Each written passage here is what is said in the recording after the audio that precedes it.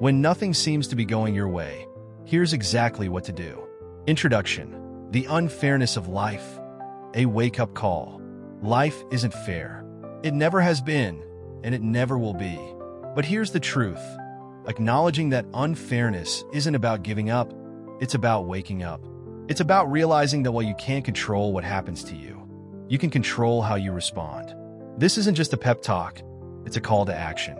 Whether you're facing heartbreak, loss, or a seemingly insurmountable challenge, this is your moment to rise.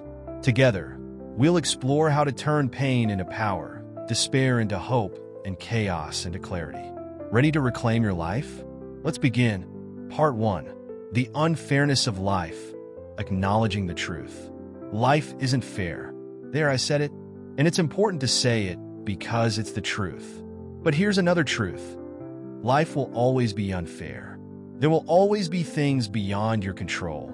Cruel, painful, and heartbreaking events that seem to target you specifically while sparing the person standing next to you. It's not fair that you lost your job while others thrive, or that you're battling an illness while others enjoy perfect health. It's not fair that you're carrying the weight of the world on your shoulders while others seem to float through life untouched by hardship. But here's the thing. Acknowledging this unfairness isn't about wallowing in self-pity or resigning yourself to despair. It's about facing the truth head-on, because only when you confront the reality of your situation can you begin to move through it. Ignoring the pain, pretending everything is fine, or bottling up your emotions only prolongs the suffering.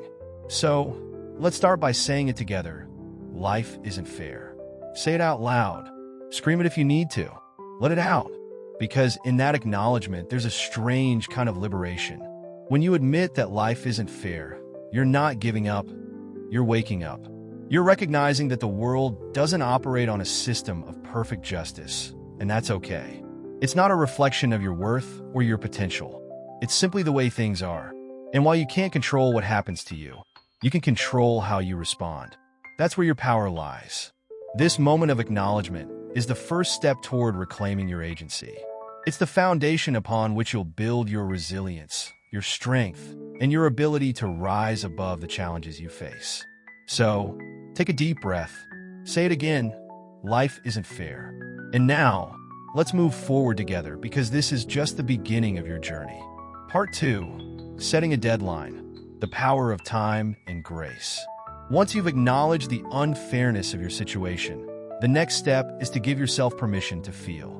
This might sound counterintuitive. After all, shouldn't you just get over it and move on? But here's the truth. Suppressing your emotions only traps you in a cycle of pain. Instead, you need to create space to process what you're feeling. And the best way to do that is by setting a deadline. A deadline isn't about rushing through your grief or forcing yourself to snap out of it. It's about giving yourself a defined period to fully experience your emotions without letting them consume you.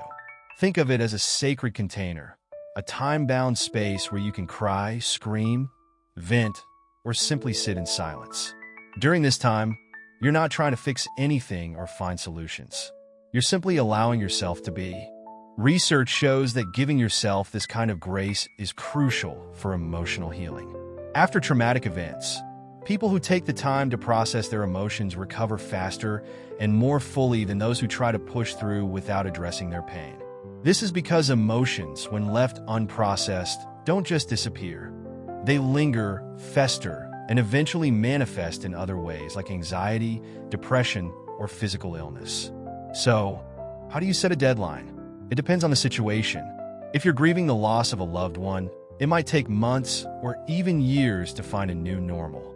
If you're dealing with a breakup, it might take weeks to start feeling like yourself again. And if you're facing a smaller but still painful setback, like a missed opportunity or a personal failure, a few days might be enough. The key is to be intentional. Write the deadline down. Mark it on your calendar. And when that day arrives, commit to taking the next step, whatever that may be. This deadline isn't about erasing your pain or pretending it never happened. It's about honoring your emotions while also recognizing that you have the power to move forward. It's a reminder that this moment, as difficult as it is just one chapter in your story, not the entire book. Part 3. accepting reality, letting life move through you. Once you've given yourself the time and space to feel, the next step is to accept reality. This is often the hardest part because acceptance requires you to let go of the wish that things were different. It's natural to resist this, to cling to the hope that somehow, someway, the situation will change or the pain will magically disappear. But the truth is, resisting reality only prolongs your suffering. Acceptance doesn't mean you have to like what's happened or agree with it. It simply means acknowledging that it has happened, and that no amount of wishing or denial will change that.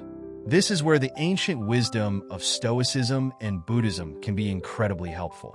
Both traditions teach that suffering comes not from the events themselves, but from our resistance to them. When you stop fighting against reality, you free yourself from the emotional weight of that struggle. Think of it like this. Life has handed you a poop sandwich, as Mel Robbins so vividly puts it. You don't have to eat it. You don't even have to carry it around. You can simply set it down and say, "This is what's happened. I don't like it, but I accept it." In that moment, you reclaim your power. You stop being a victim of circumstance and start being an active participant in your own life.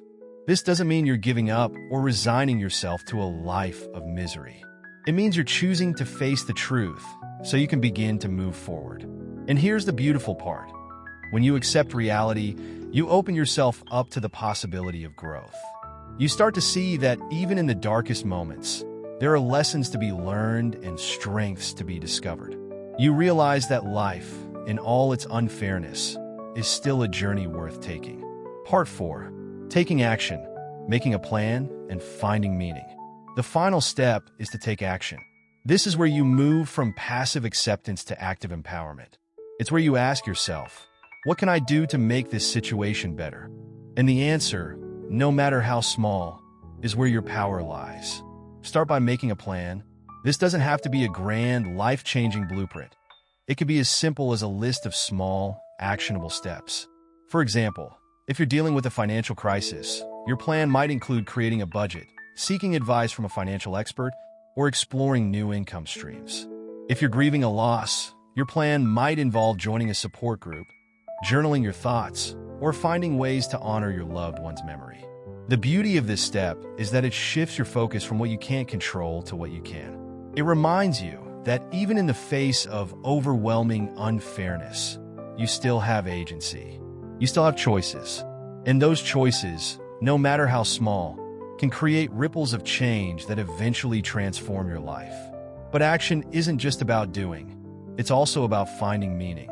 Viktor Frankl, a Holocaust survivor and author of Man's Search for Meaning, taught us that even in the most horrific circumstances, we have the power to choose our attitude and find purpose.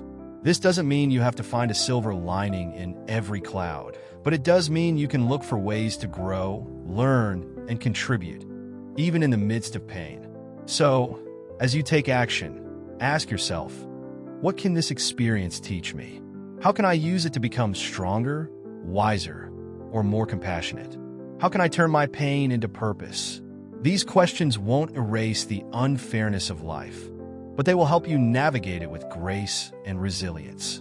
And in doing so, you'll discover that even in the darkest moments, there is light. God bless you all. Kindly subscribe, like, follow, share, and comment.